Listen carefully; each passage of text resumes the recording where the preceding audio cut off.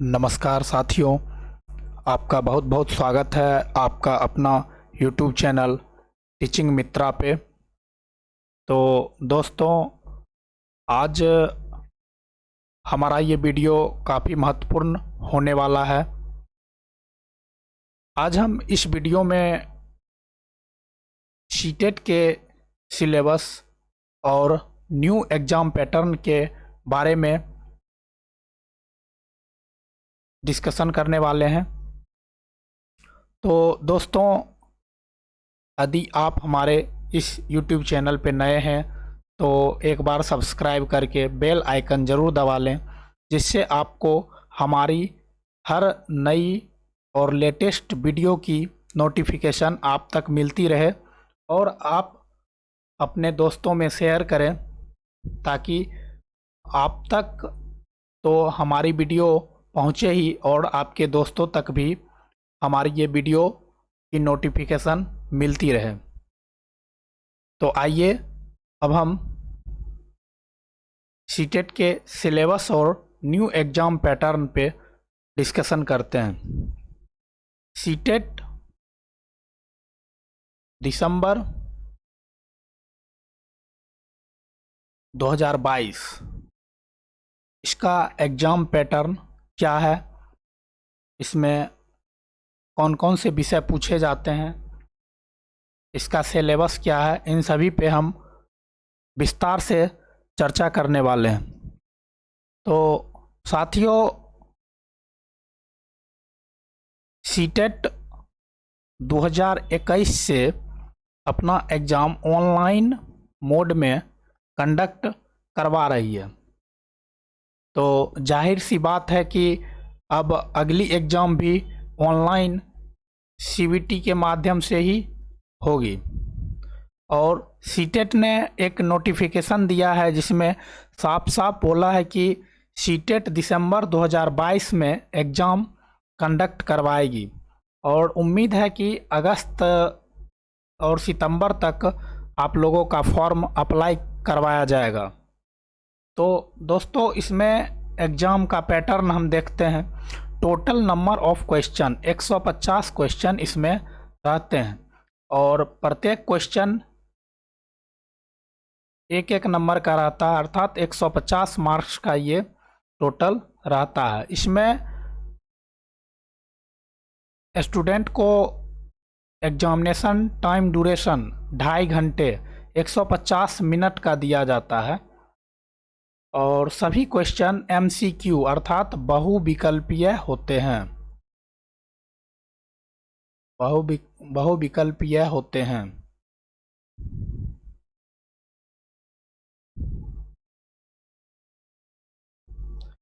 अर्थात एमसीक्यू, एक क्वेश्चन का 4 ऑप्शन रहता है और जो सही और सबसे सटीक ऑप्शन होता है उसे चूज करना होता है। इसमें नो निगेटिव मार्किंग का कहीं कोई इसमें नहीं दिया गया है।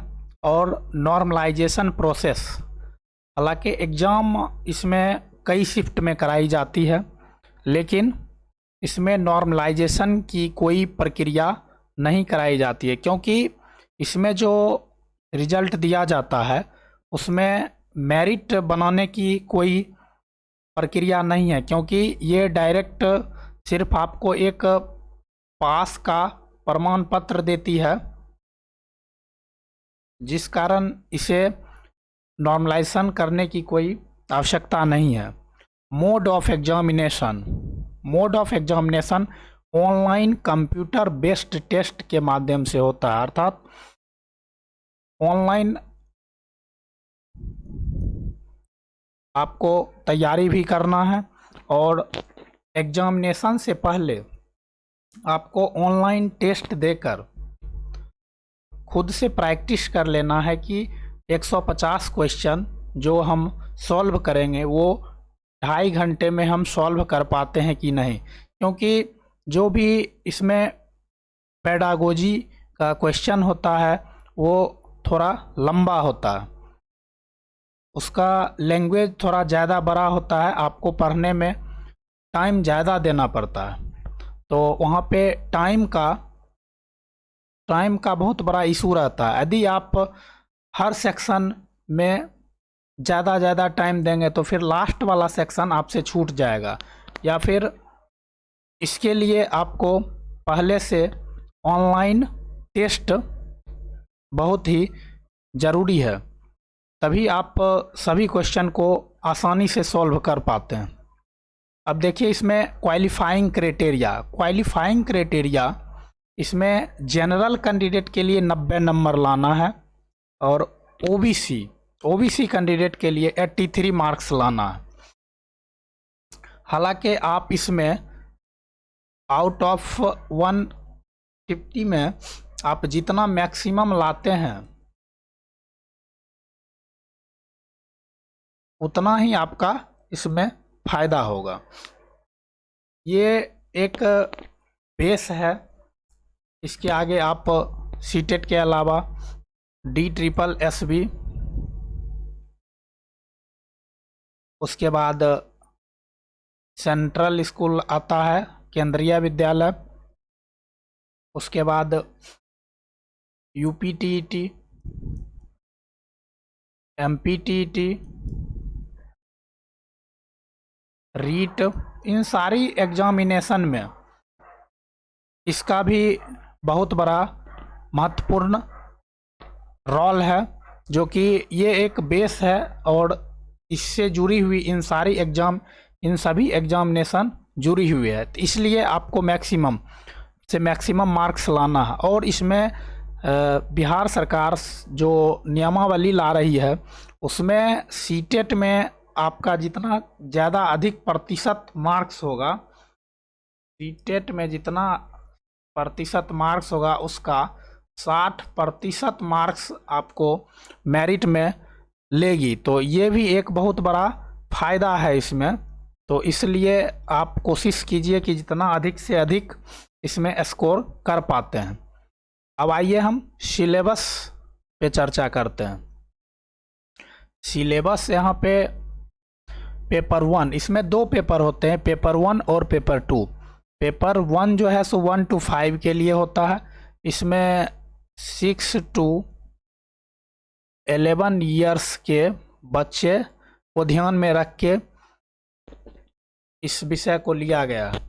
इसमें पहला विषय है बाल विकास एवं शिक्षा शास्त्र। यह 30 मार्क्स का पूछा जाता है।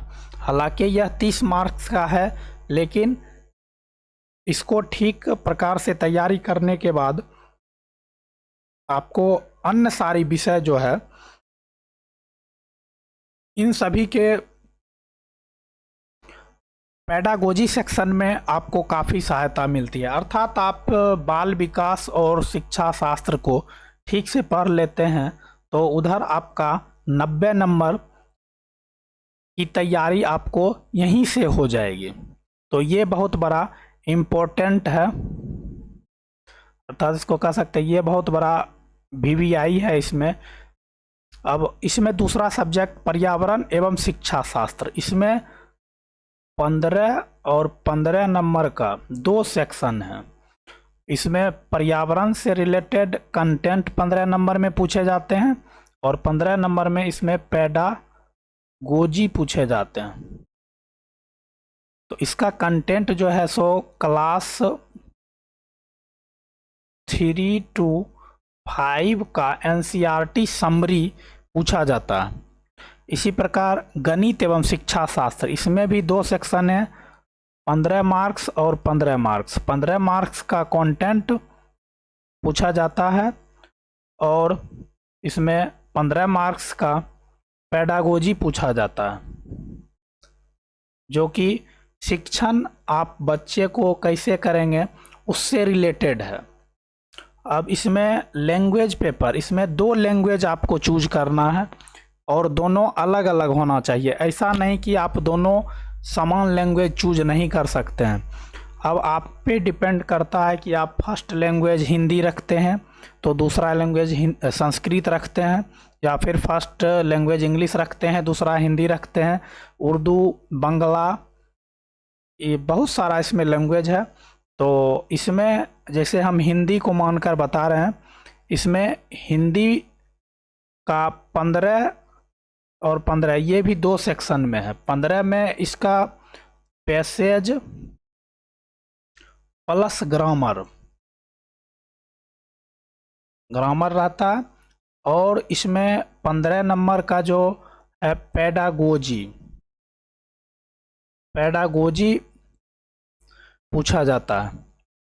इसी प्रकार इंग्लिश में भी 15 मार्क्स का 2 पैसेज पूछे जाते हैं, और इसमें 15 मार्क्स का पेडागोजी पूछे जाते हैं। तो इस प्रकार हम देखते हैं कि यहाँ पे पेडागोजी का बहुत ही काफ़ी रोल है, जो कि आपको हर विषय में पूछा जाता है। आइए अब हम पेपर 2 पे देखते हैं। पेपर 2 ये 6 to 8 के लिए कराया जाता है। इसमें भी उसी प्रकार से आपको 2 लैंग्वेज रखना है, दोनों अलग अलग लैंग्वेज होना चाहिए। पहला ये लैंग्वेज है, इसमें भी 15 मार्क्स और 15 मार्क्स के 2 सेक्शन रहते हैं, हालांकि अलग अलग नहीं रहते, लेकिन 15 नंबर का इसमें पेडागोजी रहता है, और 15 नंबर का पैसेज और ग्रामर, पैसेज प्लस ग्रामर पूछे जाते हैं। इसी प्रकार इंग्लिश में भी 15 नंबर का पेडागोजी और 15 नंबर का पैसेज प्लस ग्रामर पूछे जाते हैं। इसके बाद आता है बाल विकास एवं शिक्षा शास्त्र, जिसे हम CDP बोलते हैं। ये 30 मार्क्स का है। इसके बाद आता है विज्ञान अथवा सामाजिक विज्ञान। इसमें जिसका विज्ञान है, विज्ञान और गणित दोनों एक ही साथ रहता है, और सामाजिक विज्ञान। तो ये जो है सो 40 मार्क्स और 20 मार्क्स का आता है। 40 मार्क्स का कंटेंट और 20 मार्क्स का आता है पेडागोजी। इसमें जिसका साइंस है उसके लिए फिजिक्स, केमिस्ट्री, बायो और मैथमेटिक्स और मैथ, ये 40 नंबर का ये पूछा जाता है, और 20 नंबर का इसी से रिलेटेड पेडागोजी पूछा जाता है। और जिसका सोशल साइंस है उसमें हिस्ट्री, ज्योग्राफी, सिविक्स और इकोनॉमिक्स, इन सभी सब्जेक्ट से पूछे जाते हैं। 40 मार्क्स का और 20 मार्क्स का कंटेंट पूछा जाता है। तो मुझे आशा है कि आप समझ गए होंगे कि पेपर 1 और पेपर 2 के लिए सिलेबस जो कि क्या आपको पढ़ना है। अब इम्पोर्टेंट फैक्ट्स, इसमें प्रीवियस ईयर क्वेश्चन का प्रैक्टिस करना ये बहुत महत्वपूर्ण होता है।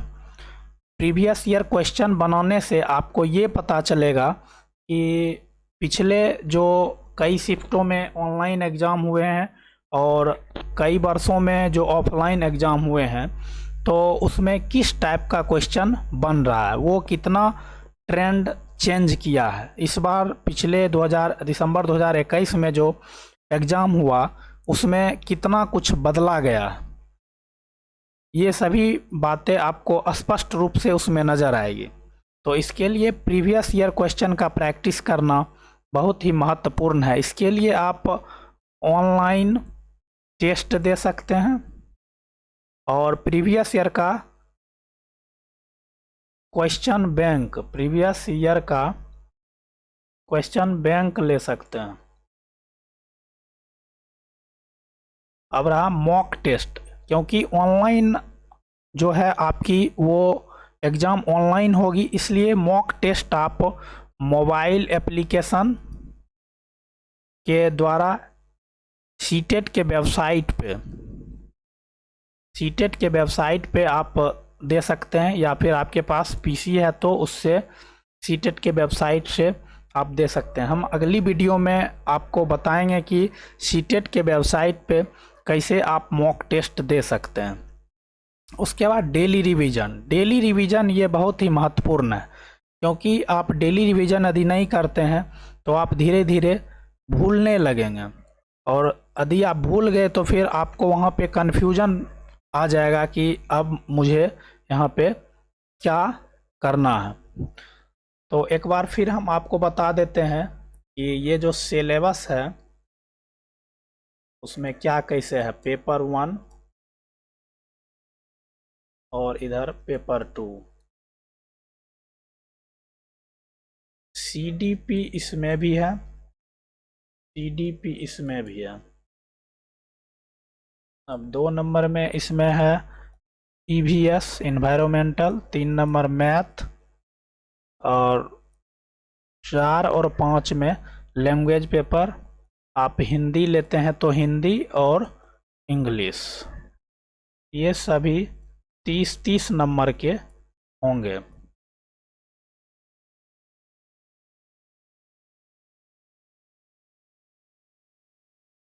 अर्थात 150 मार्क्स के ये होंगे।